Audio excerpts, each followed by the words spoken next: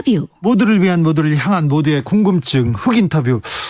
국정원과 안기부의 거짓 공작으로 피해를 본 분들이 있습니다. 많습니다. 왜 당하는지도 모른 채 폭도로 몰리고 어느 날 갑자기 간첩이 되기도 했습니다.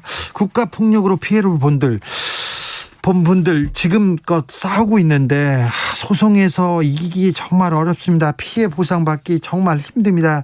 이름까지 공개돼서 생활은 더 힘들었다고 합니다. 그러는 동안 가해자들은 떵떵거리면서 살았어요. 훈장도 받고 승진도 하고. 그런데 이 피해자들은 피해를 보는데 가해자들은 아무런 제재를 받지 않고 있습니다. 국가폭력 피해자들의 눈물 이제는 닦아드려야 합니다. 진정한 과거사 청산을 하고 미래를 나가기 위해서 우리 함께 무엇을 준비해야 되는지 생각해 보겠습니다. 함세웅 신부님 모셨습니다. 안녕하세요. 네, 안녕하세요. 신부님 어디에서 오세요? 네, 오늘 2시 반에 네. 행정법원에서 네. 행안부가 거부한 네. 가해자 명단 네. 공개를 거부했어요. 고문 가해자들 명단을 네. 거부했습니까? 네, 왜냐하면 이제 그 중에 몇 분들이 이제 훈포상을 받으셨는데 네. 훈포상 받은 사람들에게 몇 사람을 훈포상을 재작년에 2018년에 취소를 했어요. 네. 그래서 이상하다 그래서 그 취소한 사람들 명단을 좀 알면 좋겠다 그랬더니 그걸 안 알려주는 거예요. 예. 그런데 피해자들은 실명을 다 공개를 했어요. 그렇죠. 누구 간첩 사건 그렇게 나왔지 않습니까? 이렇게. 근데 거기서 훈포상 받은 가해자는 땡땡, 김땡땡, 이땡땡 이렇게 한 거예요. 피해자는 이름이 나오고 가해자는 네. 이땡땡. 그래서 이게 어떻게 된 거냐. 이제 공문을 보냈더니 응답을 안 해서 행정법원에 3년 전에 이제 저희들 소송을 했는데 네. 그때 이제 그것도 법이라는 게 법원에서는 이렇게 명령을 못 한대요. 뭐 공개하라 못 하고. 네. 공개하라는. 그런 명령이 아니라 그것이 불이하니까 이렇게 해라 권고인가 봐요. 나는 네. 이제 법적인 용어는 잘 모르겠는데. 그래서 1차 우리가 재판 때 승소해서 했는데도 그 법원의 명령을 안 듣는 거예요. 네. 다시 두 번째 저희들이 소송을 냈습니다. 이제 네. 아주 더욱 구체적으로. 네. 그래서 오늘 이제 결심을 했고 11월 5일에 네. 이제 확정 판결을 하는 걸로 그렇게 해서 오늘 2시에 제가 재판 참관하고 왔습니다. 고문 가해자의 신상을 공개하라 이렇게 얘기했는데 지금 권고 사안이어서 강제적으로 지금 공개를 하지 않고 있군요. 네. 그리고 이제 핑계 대는 게 네. 그게 뭐 국가 안보와 관련돼 있다라든지 또 사생활 침해라든지 이렇게 네. 조금 적합하지 않은 이유를 대는 거예요. 네네. 그리고 또 아주 사적으로는 네. 행안부 또 그 실무자들도 좋으신 분들이 계시잖아요. 네. 저희들한테 개인적으로 이게 국정원에서 반대하기 때문에 안 됩니다. 국정원에서 반대합니까? 검찰이 반대합니다. 국방부 네. 보안사를 관장하는 국방부가 반대합니다. 또 경찰청에서 반대합니다. 이렇게 저희들한테 정보를 주더라고요. 네. 그러니까 이제 행안부의 실무자들은 나름대로 좋은 뜻이 있는데 네. 자기들이 공개하고 싶어도 그런 이제 권력기관에서 네. 못하게 한다는 거예요. 그게 더욱더 가슴이 아프더라고요. 가해자 우선주의 국가 2335님 이렇게 지적하셨고요. 0798님 가해자 인권만 존중되는 나라, 피해자가 아무리 울어도 보호 안 해주는 나라. 신부님, 그런데 고문 가해자들은 간첩을 잡았다고 훈장 타고 보상하고 승진했습니다. 그때 피해자들은 감옥 가고 간첩으로 몰려서 정말 억울한 세월을 살았지 않습니까? 네. 그런 사건이 하나 둘이 아니라 수많은 그렇죠. 조작 사건이 수십 년 동안 이승만서부터 뭐 박정희, 전두환 오늘 얘기까지 네. 또 얼마 전에도 KBS에서 특집으로 보도됐습니다. 특별히 그 제일동포 네. 교포들 간첩단 사건. 나라를 사랑하기 위해서 모국에 공부하러 왔다가 간첩으로 이렇게 붙들려 가지고 그냥 사형 무기징역 10년 이렇게 또 수없는 고문을 당하고 참 그런 의미에서 그분들은 이 조국에 대한 아픔과 함께 네. 어떤 배신감이랄까 네. 이런 걸 안고 어떤 분들은 정신 이상자가 되셨어요. 네. 그 작년에 돌아가신 분 중에 한 분 너무 가슴이 아픈 일이 많은데 이건 저희들 정부뿐만이 아니라 그 당시에 모든 공직자들 또 함께 살았던 저희들 시대적으로 함께 우리가 뉘우쳐야 될 일이 아닌가 이런 생각하면서 기도 올리고 있습니다. 고문 가해자들 그 사람들은 승진하고 잘 살다가 지금 나이 많이 먹었을 거 아니에요. 예. 이름을 공개한다고 해서 뭐 재산을 뺏기거나 아니면 자리에 있는 자리에서 쫓겨나거나 그러지 않지 않습니까? 일종의 이제 기득권인 것 같아요. 제 생각에. 네. 그래서 이제 고문 가해자로서 이름이 아주 공개된 사람은 김근태 의원을 고문했던 이근한 씨. 그다음에 최정길 교수를 고문치사해서 가담했던 그 차철권. 네. 이 차철권. 이 사람들은 우리가 이름을 공개해 가지고 네. 알려진 것이죠. 이제. 네.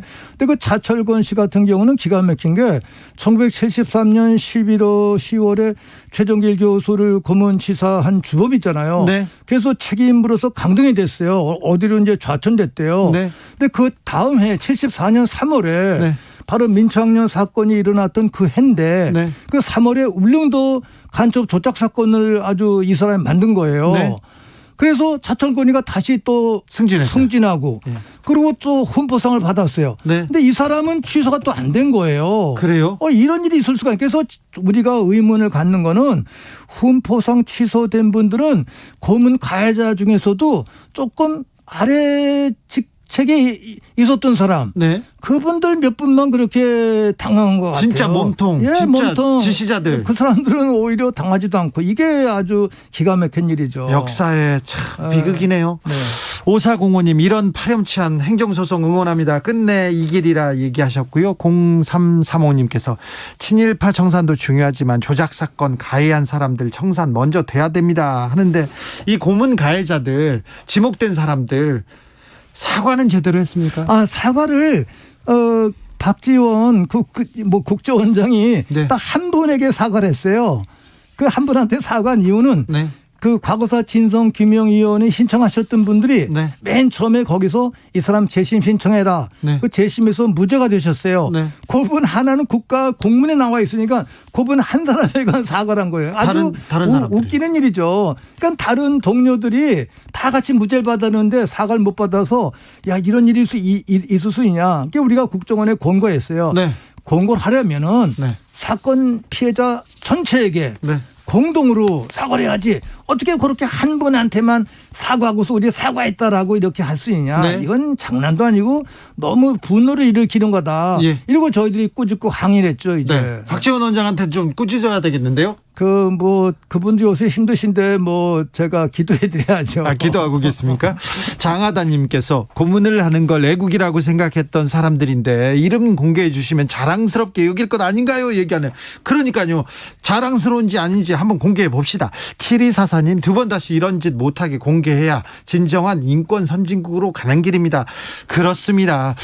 그런데 1315님께서 정권 바뀌었는데 왜 행정은 그 모양일까요? 이렇게 얘기합니다. 그게 참 저도 안타깝고 마음이 아픕니다. 네. 사실 3년 전에 공개한 것도 잘한다고 그래서 그렇게 한 거예요. 그런데 예. 그런 거 할 때 저희들의 뜻을 좀 수렴했어야 되는데 네. 그냥 사무적으로만 처리한 거예요. 네. 요 정도로 몇 사람 이제 훈장 취소하면 되겠다 하고 보여주기식으로. 한 건데 네. 너무 그게 진정성이 없는 거죠. 진정성이 없어요? 그냥 공무원들의 그 진정성이 없는 것 아주 안타깝고 가슴이 아픕니다. 오늘 재판 분위기는 좀 어떻습니까? 오늘은 아주 저희들 피해자들이 많이 가셨어요. 네. 한 20여 명. 네. 보통 행정법원에는 한두 분밖에 안 계시는데 네. 이렇게 많이 오시간 그 판사분들 세 분인데 특히 재판장께서 이분들 누구냐고 변호사한테 질문하시더라고요. 네. 그 변호사가 이렇게 보시더니 이게 다 고문 피해자와 가족들입니다. 이렇게 이제 시작을 했어요. 네. 그랬더니 한참 있다가 재판 진행 중인 변호사하고 또 이제 행안부에서 나온 직원 그 해명을 듣고 설명 듣더니 저희들이 이제 일종의 소송 당사자잖아요. 네네. 인권의학 연구소. 네. 제가 거기 일하고 있으니까 누구 왔냐고 네. 제가 왔다 그랬더니 그럼 나오라고. 네. 그래서 제가 나가서 그럼 하고 싶은 얘기 하라고. 그래서 뭐라고 하셨습니까? 그래서 오늘 제가 이렇게 드린 말씀대로 네. 유엔에서 고문 피해자의 날을 정했습니다. 2월 26일인데 네. 저희들이 고문 피해자의 날 행사를 국회에서 늘 했다가 몇 해 동안은 못 하고 있는데 코로나 때문에 그때 유엔에서 그리고 우리나라도 90년도에 거의 가입을 했어요. 네. 고문 피해 지원국에 가입을 했는데 국회에서 다 동의하고 고문 가해자들은 아주 법적으로 윤리적으로 처벌을 받아야 된다. 그렇죠. 그뿐 아니라 피해자들을 위해서 국가가 보상도 하고 배상도 해야 된다. 그렇죠. 심리적으로, 경제적으로, 네. 의학적으로 이런 내용들을 해야 된다. 아주 명문화되어 있습니다. 네. 이제. 근데 그런 내용들을 이 정부가 잘 지키면 좋겠다. 그런데 국가의 이름으로 특별히 국정원이라든지 검찰이라든지 경찰이라든지 경찰, 보안사 네. 이런 국가기관이 공공에 죄 없는 사람들을 국가보안법이라는 이름으로 억지로 간첩을 만들어서 그냥 몇 년 옥살이를 시키고 심지어는 이제 사형까지 시키고 이런 불의를 저지르는데 이런 불의를 저지른 사람들 후대를 위해서 네. 꼭 응징해야 된다. 네, 네. 이런 내용들을 강하게 제가 호소했습니다. 네. 그리고 앞으로 이런 일이 더욱더 반복되지 않기 위해서 네. 또 억울한 시민들이 아름다운 삶을 살기 위해서 법의 이름으로 공정하게 네. 잘 이렇게 판결해 주면 좋겠습니다라고 호소했어요. 네, 네. 2507님께서 지금도 그들 세력, 그 고문 가해자 세력이 힘이 있다는 거예요. 얘기하고요. 4297님, 신부님 올바른 나라는 언제쯤 오나요? 화가 납니다. 화가 나요. 우리 사회 좋아지고는 있습니까, 신부님? 뭐 좋아지고는 있는데 생각보다는 못한데 네. 그래도 우리가 일제시대 때보다 네. 또는 이승만 때보다 네. 박정희 때보다 전대현 때보다 조금 진전된 부분이 있겠죠. 네. 근데 거기서 만족하지 않고 네. 더 우리가 아름다운 유엔 인권 헌장이 보장한 그러한 공동체를 세우기 위해서 네. 각자 자리에서 더욱 노력해야 된다고 생각을 합니다. 알겠습니다. 고문하는 일은 없어야죠. 그리고 그 잘못한 사람들이 피해자들한테 사과는 해야 될 거 아닙니까? 잘못했다고는 해야 될 거 아닙니까? 아까 인권의학연구소 활동하신다고 했는데 이 인권의학연구소는 뭐 하는 단체입니까? 네, 인권의학연구소가 이화영 소장이라고 이분이 의사세요. 네. 미국에 이제 암 전공하러 공부하러 가셨다가 조지아 대학에서 평화학을 만났어요. 네. 우리가 인간의 병을 고친 것도 뭐 중요하지만 공동체의 선익을 위해서 공동체의 암을 제거해야 되겠다. 네. 그래서 평화학을 전공하셔서 네. 팔레스타인도 가시고 또 어려운 나라도 방문하고 한국에 오셔서 고문 피해자들의 치유를 위해서 투신하는 거예요. 네. 그러니까 저보고 같이 하자고 그랬는데 그 당시에 제가 민주화운동 기념사업회에서 일을 하고 있었는데 거기에는 법이 고문 피해자에 대한 지원이 없는 거예요. 네. 근데 제가 마음대로 할 수 없으니까 제가 좀 어렵다고 그러고 또 그 당시엔 제가 배운 옛날식으로 고문 피해자보다 우리가 더 큰 것을 해야 된다 이렇게 주장을 했더니 그분이 저에게 사제가 그렇게 생각하면 안 됩니다. 고문 피해자들을 위해서 트라우마를 치유해 주는 것이 완전한 인간화, 민주화, 그다음에 인권 실현입니다. 그러시는 거예요. 그래서 그 일을 끝난 다음에 이제 이화영 소장하고 또 의사들, 변호사님들하고 같이 인권의학연구소를 만들어서 특별히 고문 피해자들과 가족들의 네. 내적 치유를 위해서 상담도 하면서 네. 또 물질적으로 도와도 드리면서 또 심리적인 위로도 드리면서 함께 저희들이 이제 노력하고 있는데 그 중에 하나 그 임진태 그 판소리 하시는 네, 분이 네. 치유를 위해서 판소리를 하는 거예요. 네. 이게 그분들이 크게 노래하고 네. 소리를 지르니까 네.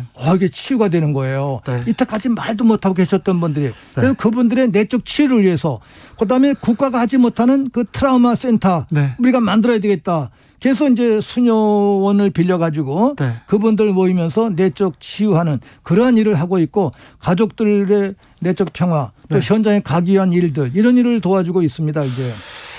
김근태 의장 얘기를 나눌 때마다 고문 피해에 상처가 남아있는 것을 느낄 때마다 정말 고통스럽더라고요. 네, 그래서 우리 김근태 의장 돌아가신 2012년 12월 30일 그리고 1월 1일 2일 날 장례미사 할 때 제가 명동성당에서 우리가 김근태 의원뿐이 아니라 고문당하신 모든 분들에게 시대적인 빚을 졌다. 네.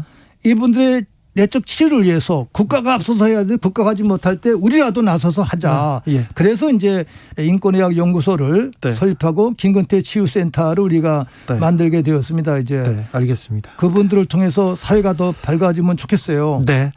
이성권님께서 잊혀지기 전에 피해자들께서 돌아가시기 전에 꼭 바로 잡아서 제대로 사과받았으면 합니다. 행정소송 결과는 언제 나옵니까? 11월 5일 네. 오후 2시에 네. 한다고 오늘 발표하셨어요. 네.